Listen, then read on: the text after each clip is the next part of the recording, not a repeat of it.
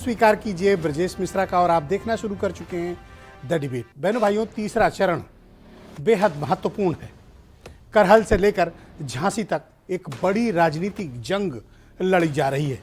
2017 में 2019 में इस क्षेत्र से मैनपुरी के अलावा भारतीय जनता पार्टी को प्रचंड बहुमत हासिल हुआ, लेकिन क्या 2022 में वो प्रचंड बहुमत वापस भारतीय जनता पार्टी को मिलेगा? सबसे बड़ी चुनौती बीजेपी की है।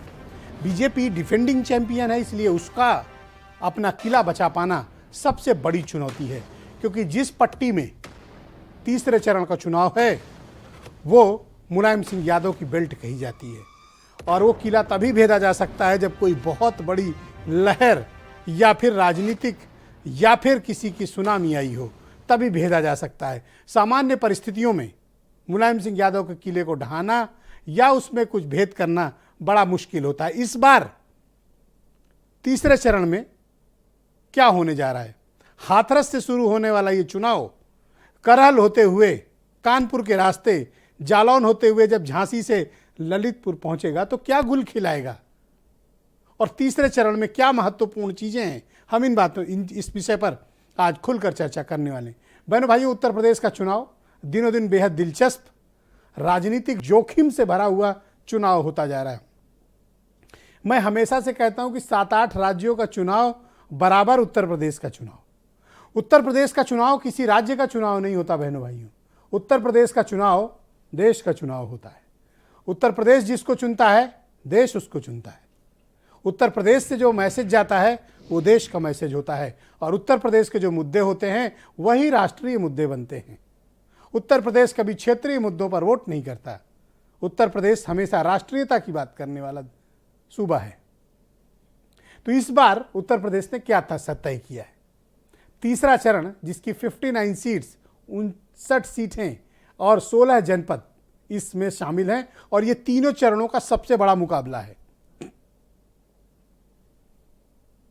यादव परिवार की एकता क्या नया असर लाने वाली है, या फिर अमित शाह, योगी आदित्यनाथ और नरेंद्र मोदी की टीम वापस वो करिश्मा दोहरा पाने में कामयाब होगी जो 2017 और 2019 में हुआ? इस क्षेत्र में, जिसे यादव पट्टी भी कहा जाता है, समाजवादी पार्टी अपने शुरुआती वक्त से लेकर 2017 तक बहुत ताकतवर रही है। यहां उसे चुनौती दे पाना हर बार बहुत कठिन रहा है, लेकिन बीजेपी ने 2017 और 2019 में ऐसा करके दिखाया और समाजवादी पार्टी को उसके गढ़ में परास्त किया। लेकिन अब वो साल दूसरा था, ये साल दूसरा है। वो वक्त कुछ और था, ये वक्त कुछ और है। वो मसले कुछ और थे, ये मसले कुछ और हैं। वो विघटन का दौर था परिवार में, ये एकता का दौर है।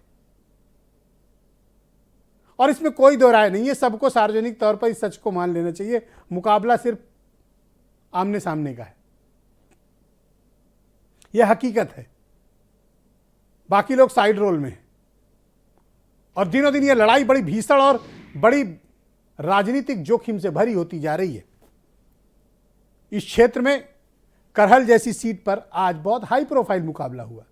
होम मिनिस्टर अमित शाह ने ललकारा कि करहल से अखिलेश यादव हार जाएंगे। अखिलेश यादव ने करहल से ललकारा कि नेताजी को आते देखकर होम मिनिस्टर अपना हेलीकॉप्टर लेकर निकल गए। ये जुबानी तीर है, लेकिन दरअसल इसका मकसद होता है कि अपने अपने कार्यकर्ताओं को चार्ज करना, उद्वेलित करना, उनमें जोश भरना, ताकि ज़्यादा से ज़्यादा वोट हासिल किया जा सके। इसमें कोई दो राय नहीं कि करहल से अखिलेश यादव बेहद और बेहद मजबूत हैं, उनको वहां चुनौती नहीं दी जा सकती। लेकिन राजनीतिक दल उनके किले में घुसकर इस तरह की चुनौतियां प्रस्तुत करते हैं ताकि आसपास की सीटों पर भी मैसेज दिया जा सके। अभी गोरखपुर में भी आपको जब चुनाव होंगे, वोट पड़ेंगे, तो उसके ठीक पहले इसी प्रकार से चुनौतियां दी जाएंगी। तो इस बार तीसरा चरण क्या तय करने वाला है? करहल से लेकर झांसी तक की ये जंग तीसरे चरण की क्या गुल खिलाने जा रही है? और ये कहा जा रहा है कि इस चरण से जो तस्वीर साफ होगी, उत्तर प्रदेश में उस पार्टी के लिए सरकार बनाने का रास्ता और प्रशस्त होगा और मजबूत होगा। पहले और दूसरे चरण के तमाम एनालिसिस आ चुके हैं, लेकिन मैं कहता हूं कि अभी रुकिए, अभी थोड़ा थम जाइए, अभी विश्लेषण करते वक्त थोड़ा संयम का परिचय दीजिए। तीसरा चरण हो जाने दीजिए और चौथे चरण के वोट पड़ जाने दीजिए, आधा चुनाव तब माना जाएगा, क्योंकि अभी सिर्फ 113 सीटों पर ही चुनाव हुए हैं, यानी तकरीबन 28 से 30% सीटों पर चुनाव हुए, 70% बाकी है। कम से कम 50% पे वोट हो जाने दीजिए, फिर देखते हैं कि किसकी सरकार बन रही है।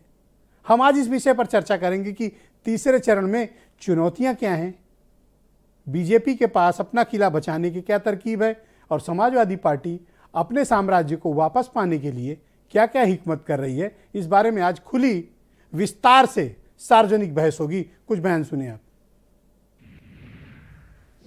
नाम पर झूठी घोषणाएं करके अपने परिवार, अपने नाते रिश्तेदारों की ही तिजोरियां भरी हैं।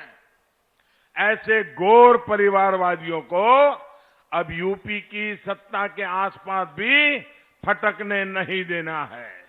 सपा, बसपा और कांग्रेस ने आपको 70 वर्षों तक बूंद बूंद जल के लिए तरसाया था, लेकिन अब आपकी अपनी डबल इंजन की भारतीय जनता पार्टी की सरकार ने हर घर में शुद्ध पेयजल उपलब्ध करवाने का हम काम कर रहे हैं।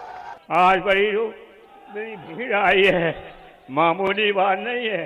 इतनी भीड़ कभी होती नहीं थी सभाओं में, आज लाखों लोग हैं, इसलिए हैं बड़ी उम्मीद के साथ आए हैं। तो मैं विश्वास दिलाता हूँ समाजवादी पार्टी आपकी उम्मीदों को पूरा करेंगे।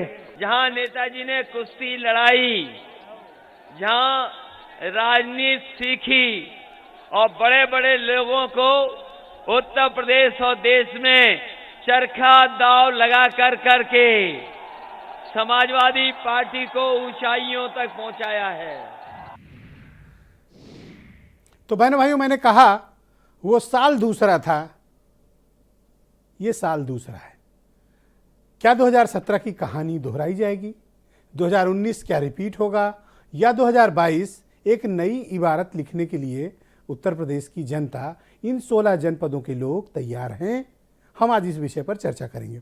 अशोक पांडे हैं मेरे साथ बीजेपी से, समाज